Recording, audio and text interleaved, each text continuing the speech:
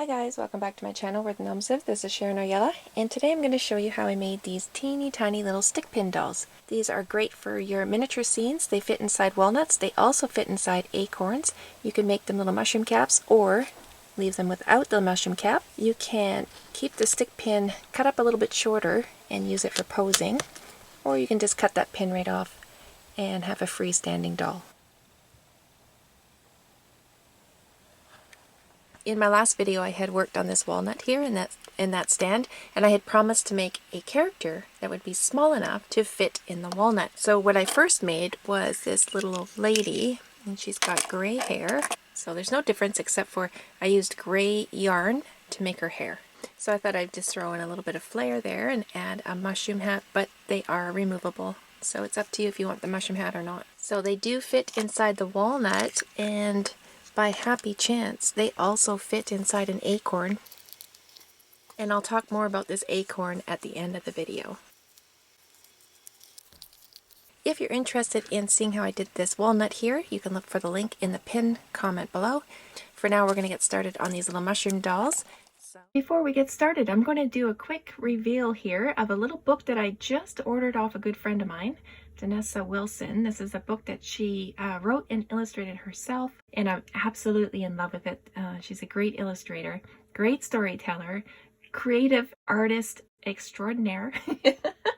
And yeah, I love her a lot. So I want to put that link in the pinned comment below. So if you're interested in picking up one of those books, you can do that. When she sent me this book, because I ordered it off her website, like I said, she also stuck in a few gifts for me. Obviously, I'm doing a voiceover. The original audio I couldn't use because I had some construction going on outside my house. Yeah, I was just looking over this little pouch that she had made. We'll definitely be using this. This is right up my alley. And inside that little pouch is a couple of embroidered pillows that she'd done herself, and I'm absolutely in love with this mushroom.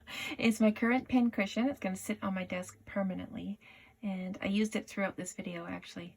I really love it. It brings me a lot of joy just looking at it.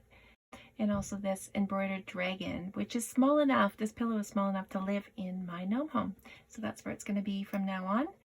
So a big shout out to Denessa, who is on YouTube, by the way. She has a YouTube channel called The Thrifted Dragon. She's on YouTube, Instagram, and Facebook. I'll put her link in the pinned comment below.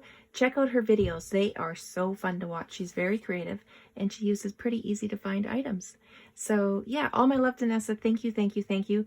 I had so much fun opening up your gifts. So now we're going to get on to these little dolls, guys. I'm going to show you what we need. We're going to start with a stick pin. You'll need some pliers or wire cutters to cut the stick pin. We need masking tape, napkin or paper towel, some fabric, tacky glue, and some twine. And for the hats, I do use a small amount of foil. So the first thing I do is just take off the very tip of the pin. That way I don't have a very sharp point on there, and I won't risk poking myself as I'm working. And now I'm just taking off some masking tape and getting it ready. Tiny little pieces for the head of the pin, and then the wider strip is for the body. You don't have to be exact on that because the dress is actually going to determine how tall your doll is. And I think that strip is about 2 inches long, and that's about as thick as I want the body to be. And I'm going to cover the head of the pin, and I'm going to make sure that I stick the masking tape down as firmly as possible. You don't want to have too many bumps sticking out, and you want to cover up the head completely with the masking tape. And so right underneath the head of the pin, you want to make sure that you really squish that down too. Try to use your fingernails. If not, then use some tweezers.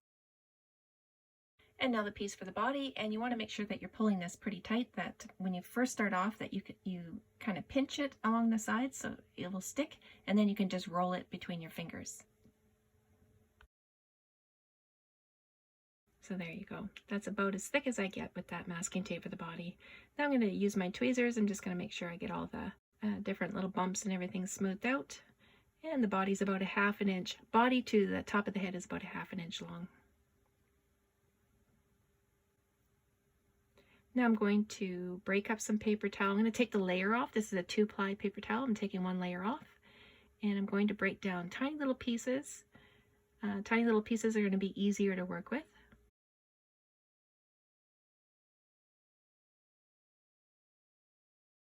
And then I'm going to brush on some glue with a paintbrush, and I'm going to cover all the masking tape with the glue.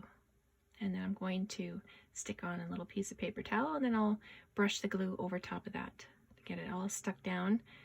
completely. You want to cover this completely with the glue. And again, you want to keep as many bumps off as possible, so you keep the head of the pin as smooth as possible, because that's the face part. The body doesn't really matter because that's all going to be covered with fabric anyway. Now I'm going to set this aside and let it dry for a few minutes, and then I'm going to come back. When the tacky glue is no longer tacky, I'm going to squish down again right underneath the head of the pin where the neck would be, and just push that all in.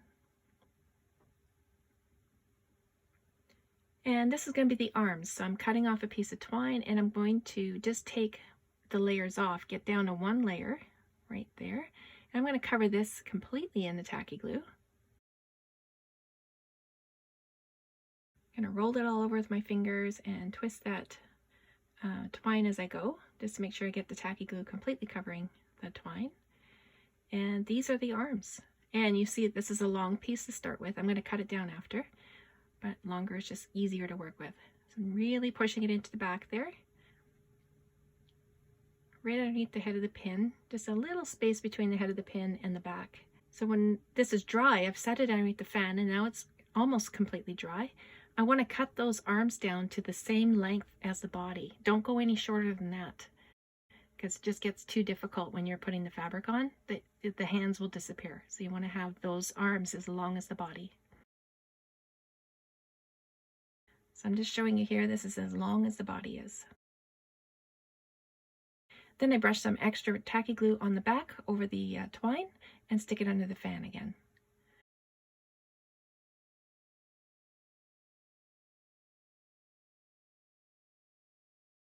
And I'm going to paint them all pink. And I forgot after this pink was dry that I was going to tone that color down a little bit with beige.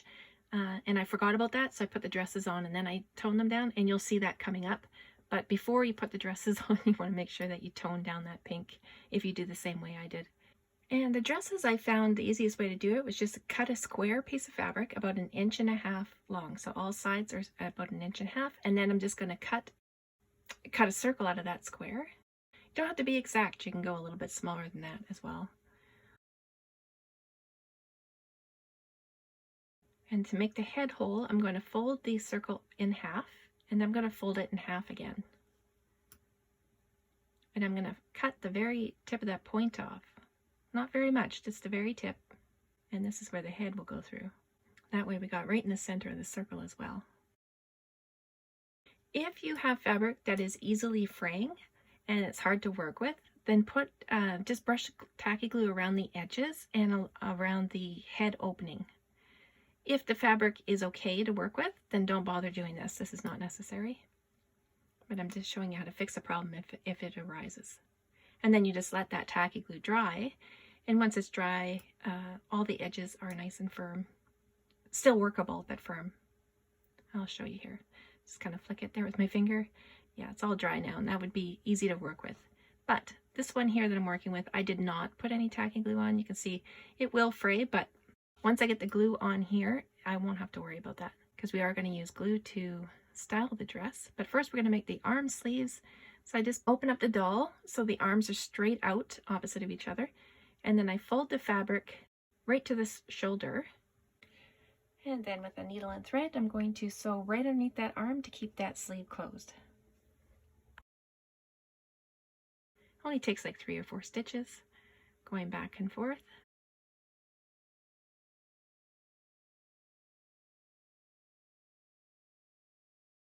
Once that arm is done, I'm going to bring the needle through the dress underneath and to the other side. And I'll fold this one to the shoulder and then hold it, pinch it closed, and then I'll sew this arm.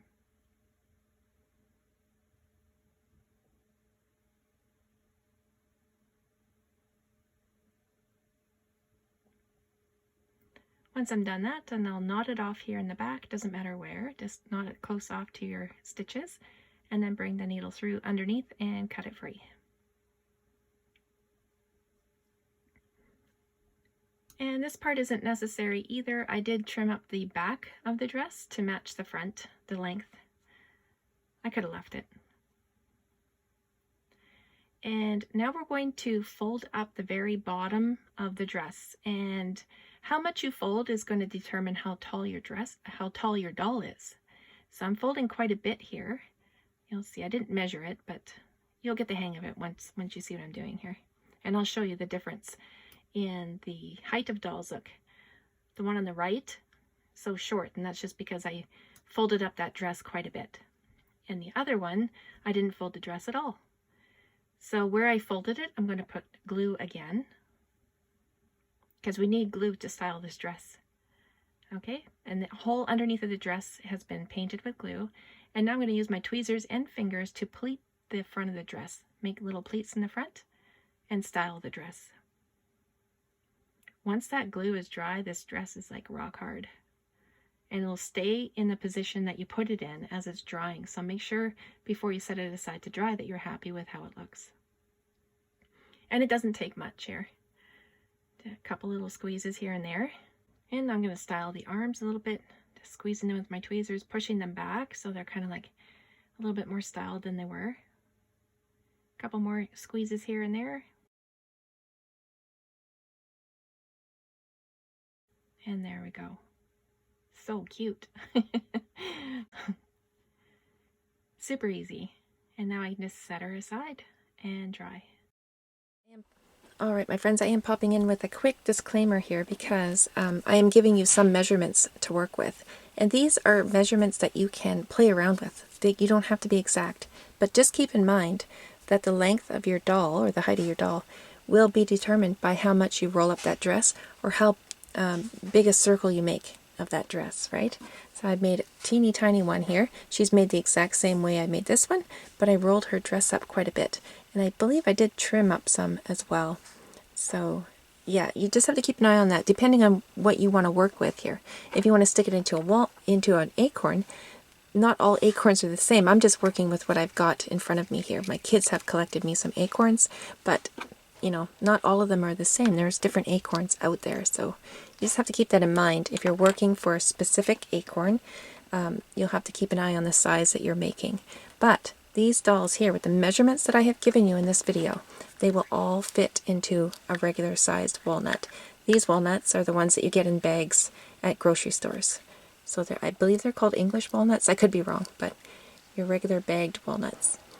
If she'll fit inside an acorn or not, let's see. This is the bigger of the two. And again, that's just because I didn't roll up her dress as much as this one, and I left it out a little bit more flowing than this one. But I think I'd have to push her in. Yeah, see, her dress is out. And once that glue is dry, they're pretty rock solid, so you got to figure this out before you let that dress dry.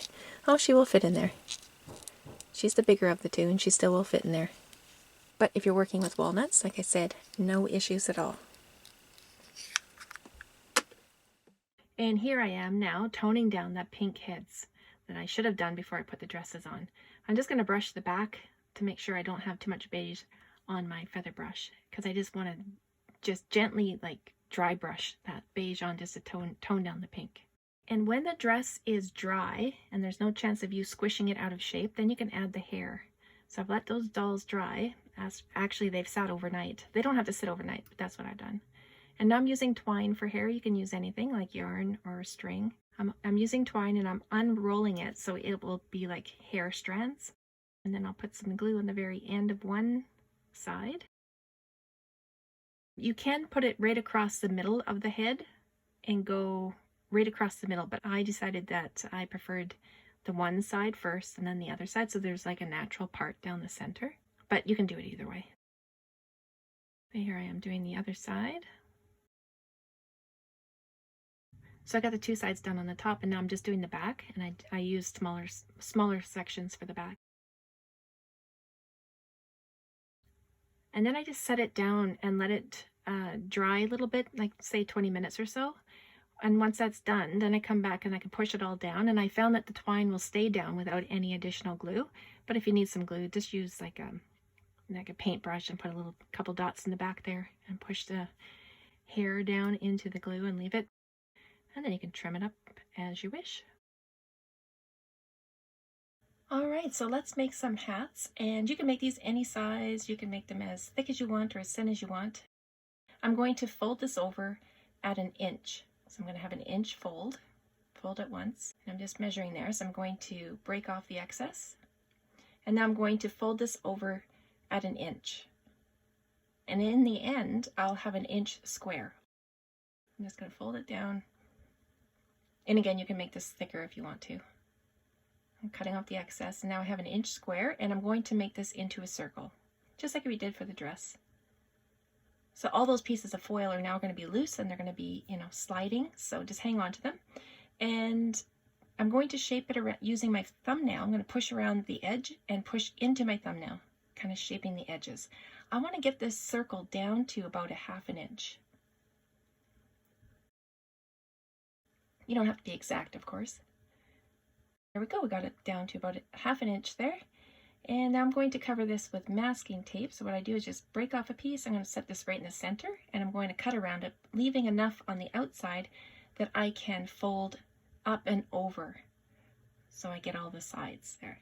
And I'm cutting slits all the way around. Just makes it easier when I'm folding the pieces in, that they don't make too many bulky folds. And of course you want to smooth this out as much as possible as you go. I'm just smoothing out the edges there with my thumbnail. And I'm going to cover up the inside with masking tape. You want all the foil to be covered with the masking tape. So little tiny pieces on the inside. Again, just flattening out what I can there, or smoothing out what I can. Now I'm taking a piece of twine that's going to fit on the inside of the circle, on the inside of the folded part. I've already measured and cut it, so I'm going around the inside, making a little rim. If you wanted the hat thicker, then you would double up the twine. You'd put that one layer down and put another layer on top. There, I broke down some paper towel that took off one layer, and I have left some excess there, so it will fold up nicely. And I'm just cutting out little triangles. I'm going to do 4 of these just to reduce some of the bulk. So when I fold it over, I don't have too many folds that are sticking up. So little triangles.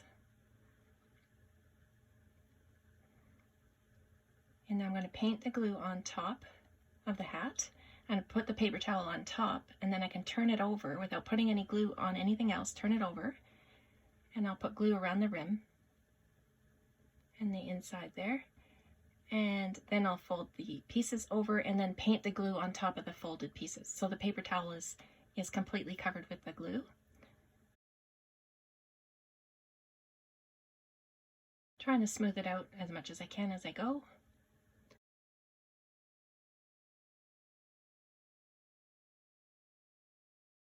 And now the inside there, I'm just going to, either you can use water or glue, just dip your end of your paintbrush in there and just work a little circle, because this is where the head's going to go. And now I can paint glue on top of the hat, and I'm going to set this to dry.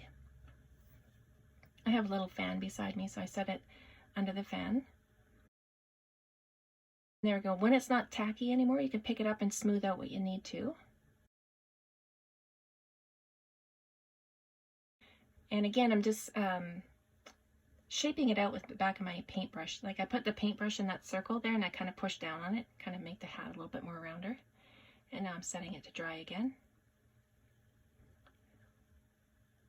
Once it's dry, I stick a pin right through the center. And this is going to help me paint the hat and set it to dry. So I put it right through the center. Now I can go ahead and paint it. And I do 2 coats of this red, 2 or 3 coats. Let it dry between the coats, of course. And the pin's very helpful. And I'm just dotting on some cream color. And I'll set this to dry. Once that's dry, you can use a clear coat, like a Varathane, water-based Varathane, or maybe a nail polish, clear nail polish, and give it a coat, a shiny coat, to make it look wet. And that little part where I pulled the pin out is sticking up, so I'm just flattening it out with my fingernail, and there, it's all done. So this one's a little bit thicker than the one I just showed you, because I have an extra layer of twine in there. It actually fits on there pretty good. If you have troubles with the smaller ones, you can glue them on, or you can add a little bit more twine, which I'll show you. Once that's dry, you can paint it or just leave it as it is. I thought it would just look like an additional bit to her hair, or you can just glue it on, right? Dot of tacky glue will do it. You can also use a pin and black paint and dot on a couple of eyes if you so wish. If you want to cut these off, go ahead and do that. Just keep in mind, if you're going to do like a little scene or something, you can use this part of the pin to help the doll stay in place, right? So for this, I would just cut this up a bit shorter, and then I can just push it into, and she'll stay put.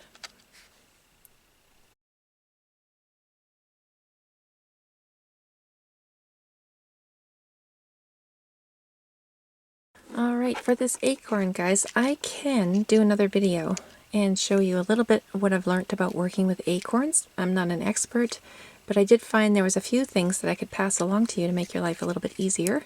So if you're interested in that, you can leave me a comment, or maybe I'll just start working on that next. Until then, I hope you enjoyed this video. I had a lot of fun making these little mushroom dolls. Hope you enjoyed watching. If you did, give the video a thumbs up. Also share with your friends, and until next time.